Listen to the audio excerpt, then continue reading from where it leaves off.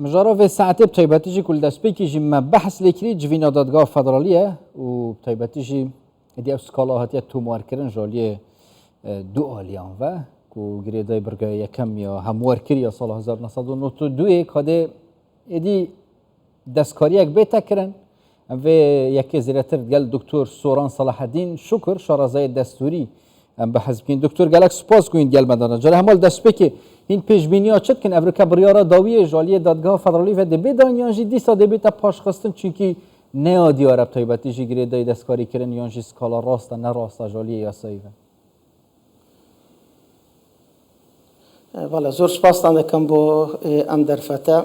لراسی دادگاه اتحادی پیش بو دو جلسه پیشتر بریاری کوتای دابد بلام دو جاره دوای دخاتن و دیاره دادگاه فدرالیش تا کوستان نگیشته ل خوی قناعتك بو یکلاکردنی ام داوایا لبروی پیمان وایا هر کشیه که گرفته که تایبت با سیستمی هالبجاردن لهرمی کردستان تا که مرجع بود چاره کردن و بریار لسردان پارلمانی هرمی کردستان و لبروی تا که لایه تمثیلی ارادی قلی کردستان دکاتم پیام وایا یک لاکردنی ام بابتانه لرگای دادگای اتحادی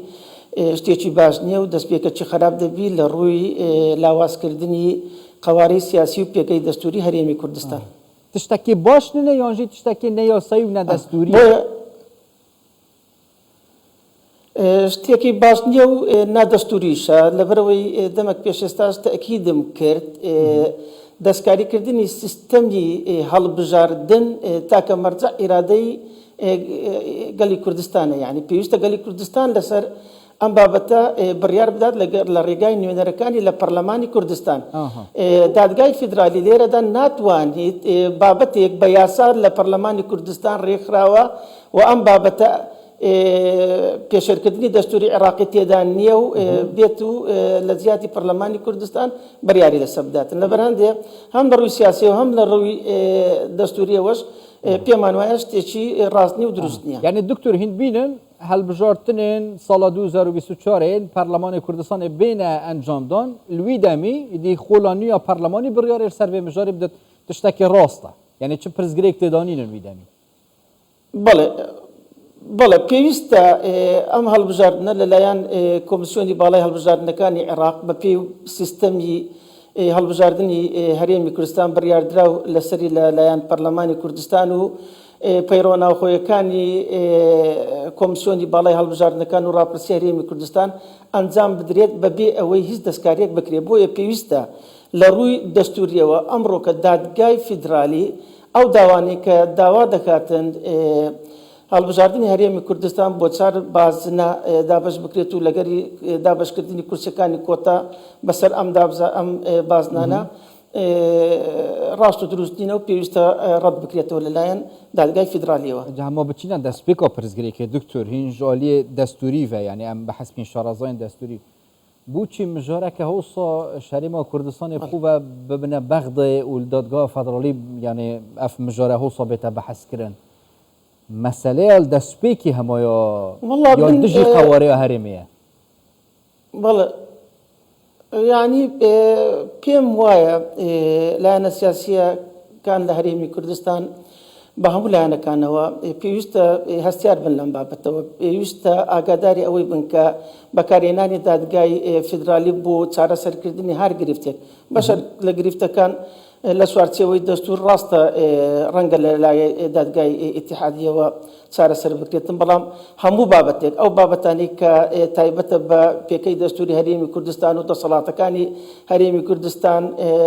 بيما أمانة دواروج دا ليكوتي سياسي ياسايو دستوري نادرستي لي بردكيد بو بيوست لأن السياسي كان درب كونه لم زور رفتاره وبقرنه بو برلماني كردستان بو تشار سركتني كيش كان يعني بيوست أول بجاردني كالسال 2024 دكريتن ببي همان أو سيستم بكري كالبجارد كان بيشو تركراوا دواي هالبجاردن أو برلماني ك هل دبجرت لله خلق إرادي تمثيلي خلق دكاتن بيوست أو برلمانه بريار لسر دوخي سيستم هالبجاردني هريمي كردستان کوردستان بداتن ئەوە نکە هەتا نکە سەرچی جارێبەر یا مثلا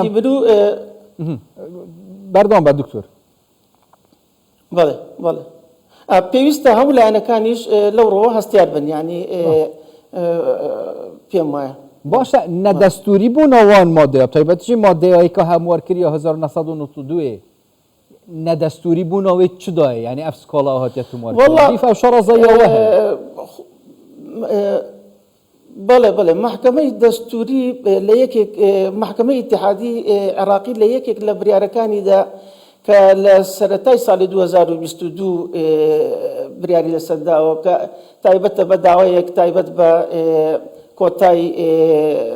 پێکاتەکان لە عێراق لە ئەنجومەنی نوێنەرانی عێراق لەوێن دەر ڕەتی داوایەک دەکاتەوە لەو ڕەتکردنەوەشدا باس لەوەی دەکاتن کە محکەمەی دەستوری تەمسیلی ئیرادەی خەڵک ناکاتن ئیرادەی خەڵک لە پەرلەمانی کوردستان جێگیر دەکرێتەوە و هەر بڕیارێک لە ئەنجومەنی نوێنەرانی عێراق دەرچوو بێت و ئەوە تەمسیلی ئیرادەی خەڵک دەکا و محکەمەی ئیتیحادی بۆی نییە دەستکاری ئەم جۆرە یاسا و بریارانە بکاتن یعنی ئەوە بۆ چوونەکی ڕاست بوو کاتی خۆی بریاری لەسەردا بەڵام بە هەر چووە کارێک بیتن لە ئێستادا محکەمەی ئیتیحادی دوورکەوتەوە لەو بۆ چوونەی خۆی دەستی پێکرد بە دەستی وەردان لە بابەتێک کە پێویستی بە تەدەخلی تەشریعی پێویستی بە تەدەخلی پەرلەمانیە ڕۆڵە دادگا فەدرالی نوکات چییە تایبەتیژی یەکەم کوردی داد بچین دابەری بارانی خۆ تار نەکەین هێشتا جوینە دەست پێ نەکردی و هێشتا بڕیارەداویە ژیناتیە دانوە کە تەژێ ماژە پێکری ئەفجارە سێمە بجفن ji bûî dana biryara dawiyê em biryarên berîn û keyên dadgeha federalî em behez bikin heta çira de berjamediya gel dabîne heta çira de taybetî jî birya yanî çareserkirina pirzgirêkên nêvbera bexda û herêmê de bûne yan jî heta çira de li dijî herêmê heta li dijî Suneyan jî bûne Iraqê bigiştî بەڵێ يعني دەسەڵاتەکانی دادگای ئیتیحادی لە دەستور دیاری کراوە لە چوارچێوەی ئەم دەسەڵاتانە دەتوانێت خەڵک پارتە سیاسیەکان داوا تۆمار بکەن و دەستوانی یەکلایی بیکاتەوە بەڵام پێویستە دادگای ئیتیحادی نەچێتە دەرەوەی ئەو دەسەڵاتانی کە دەستور بۆی دیاری کردو ئەگەر خۆی دەخاتە ژێر پرسیارەتی مەسەلا ڕەنگە لە بڕیاری سەرۆکی پەرلەمان هەڵبووسی دەستوری عێراقی دیارە یعنی محکەمەی ئیتیحادی دەتوانیتن سەرۆک کۆمار و سەرۆک وەزیران و جێگرەکان و ئەندام پەرلەمانان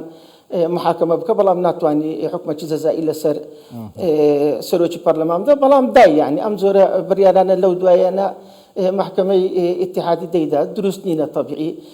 ئەمڕۆ کەس طبیعی ئەمە بڕیارەکەی ڕەنگە محکەمەی ئیتیحادی ئەم داوای ڕەت کاتەوە یانیش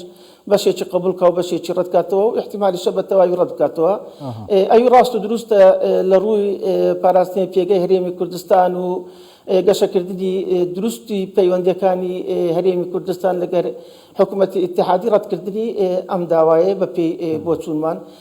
ئەگەر پێم وایە ئەمە هەر بریارێکی پێچەوانە دەبیتە دەستپێکی دروستکردنی ئاڵۆزی و کێشە لە نێوان پەیوەندیەکانی هەرێم و بەغدا عالیە یاسای دەستوری بێگومان ئەبروکە دو نوونەرێن پێکهاتیان داخواستکردینە بەشداری جوینێ بن دادگا فەدرالی کارت دەخوازیەوانە ڕەت بکرد تاکالیانە بڕیارێ بدر سەر بێ مژارێ تایبەتیژی سەر کورسیا پێکهاتە و کۆتەیان بەڵێ ئێمە وەکو پێکاتەکان خۆتان دەزانن هەولێر دووەمین گەورەترین نفوسی تورکمانە لە عێراق و گەورەترین جێگای نفوسی تورکمانیشە لە هەرێمی کوردستان دەتوانین بڵێن 1995 تا 95 تورکمان لە هەرێم لە هەولێر دەژین بۆیە زۆربەی هەرە زۆری پارتە سیاسیەکان و کەسایەتە سیاسەکانی تورکمان لە هەرێمی کوردستان داوای ئەوە دەکەن کە محکەمەی ئیتیحادی بە هیچ شێوەیەک دەستکاری سیستەمی ئێستای هەڵبژاردننی کۆتا نەکاتن سیستەمێکی ڕاست و دروستە پێنج کۆتامانەیە هەرێمی کوردستان بە تەواوی یەک بازنە هەڵدەبژێت یەک بازنە هەژمار دەکرێتن ئەگەر بێت و محکەمە دەستکاری ئەم سیستەمە بکاتن و کۆتا دابش بکە بەسەر پارێزگاکان و بازنەکان ئەوە بەڕای ئێمە نادات پەروەرانە دەبیتن وإمش لا بيامكاني خومان أو ياداشتاني كأراستي دادگاه اتحادی ما کردیا تأكيد ما لسروي كرديا كبيوستا